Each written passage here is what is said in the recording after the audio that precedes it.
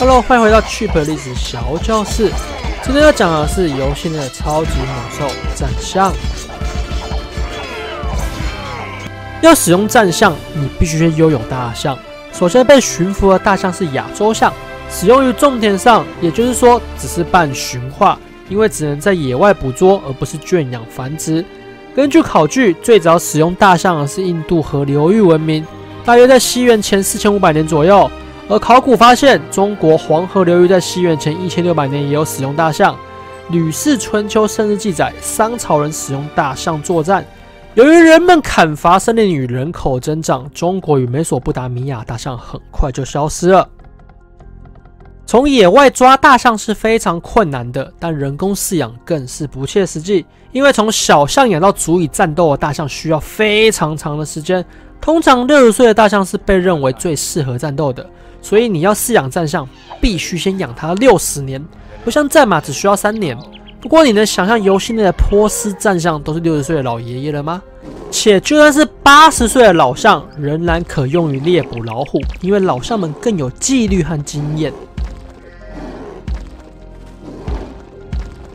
跟人类一样，战斗用的大象都是雌性的，因为攻击欲望强，而雌性的都是用于后勤。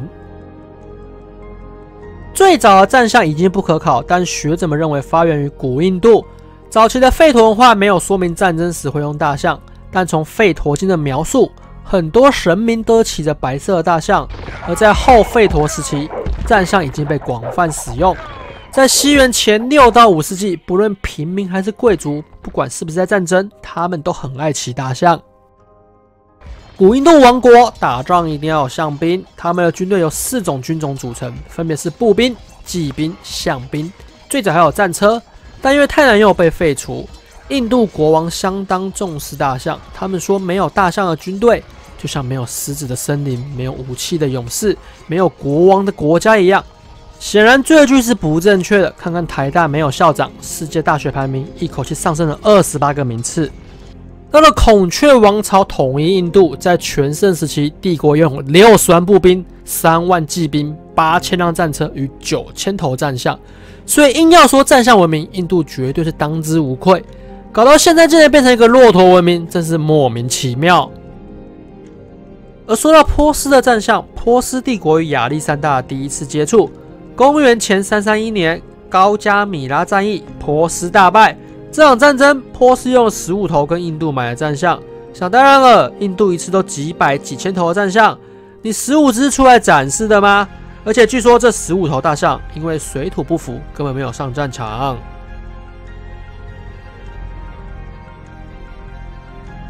5年后，亚历山大灭了波斯后，来到印度边境。印度的波罗斯国王率领大军与200头战象迎战，在西达斯皮斯河战役中，亚历山大使用步兵与骑兵的配合，搭配灵活的阵型，大破波罗斯。但他疲惫的军队之后不久发生哗变，拒绝深入印度，亚历山大的远征因此终止。而且继续往东，他将遭遇到南陀王朝，这个帝国拥有3000到6000头的战象，这能有效阻止亚历山大东征。而亚历山大在退出印度后，他与他的继业者们也开始使用战象，看来战象真是好用啊。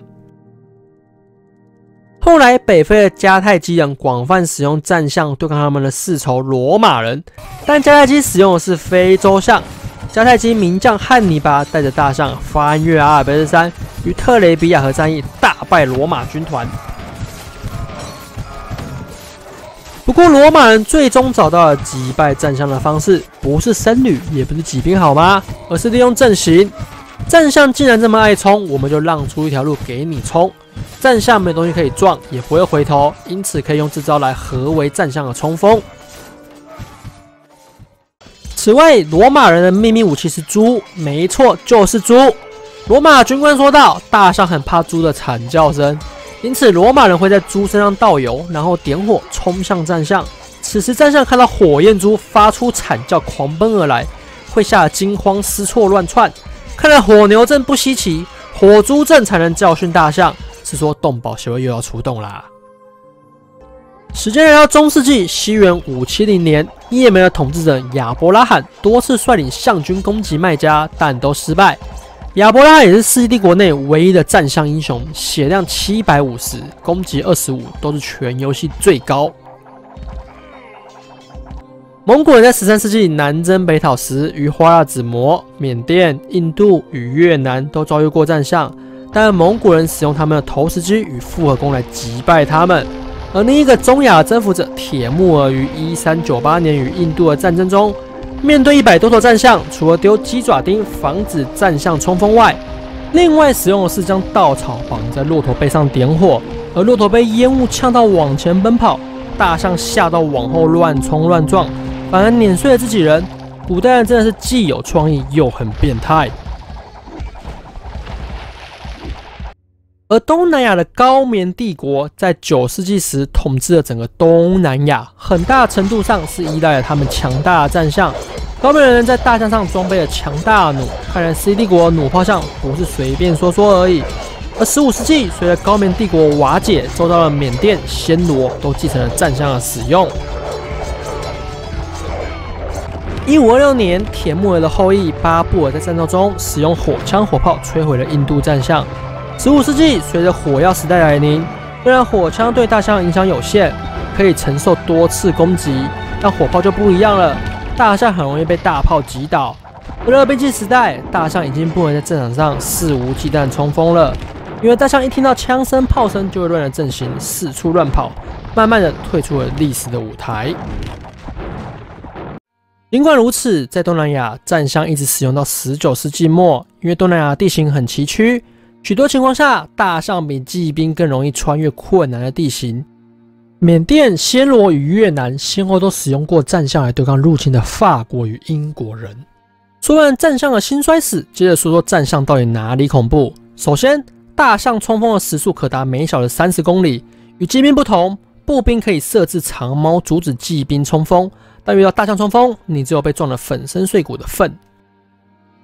此外，以前没有动物园，没看过大象的人或动物，看到这个庞然大物都会惊慌失措。其实训练有素罗马人也是，马也不喜欢大象身上的味道，很容易受到惊吓。大象的后皮形成天然的装甲，给予相当大的保护，而且战象很高，可以保护上面的射手。许多指挥官都喜欢骑乘战象，并在上面指挥战局，因为对战场可以一目了然。当火器时代来临后，这些高高在上的指挥官反而成为炮火的目标。前面说过了，无氪金的大象攻击与防御就很高了，但对于有钱的氪金玩家来说，你还可以购买装备来增强。印度与斯里兰卡这两个课长就曾经在象鼻上装上了重重的铁球，用以增强攻击，还有许多装甲可以选配，用来增强防御。除了铁球可以购买，游戏中的高棉的特殊科技象牙剑与缅甸的特殊科技象教都是真实存在的。高级指挥官都坐在象教内，前面会有额外的象服负责驾驶。如果大象受到影响乱冲自己人时，象服会使用锤子与凿子切断大象的脊椎，杀死大象。而战象的弱点也是很明显的。再说一次，不是僧侣，也不是骑兵。大象容易受到惊吓，它们遭受攻击与象服被杀后，就会四窜逃跑。在逃跑时，它们是不分东西南北，不分青红皂白的，会无差别的六亲不认的攻击。前面有说到，不管是火焰猪还是火焰骆驼，都可以让战象发狂。战象到底好不好用，至今仍是一个有争议的问题。有学者认为，大象只是依靠敌人的恐惧来击败敌人。战象非常胆小，听到不熟悉的声音就会惊慌失措，很好对付。但数千年以来，战象用行动证明了它在战场上仍有一席之地。彩蛋就是指一个电影、电视剧或者游戏内的隐藏讯息或功能。那你知道 CD 国2也有彩蛋吗？下一期我们就要讲讲 CD 国内的彩蛋。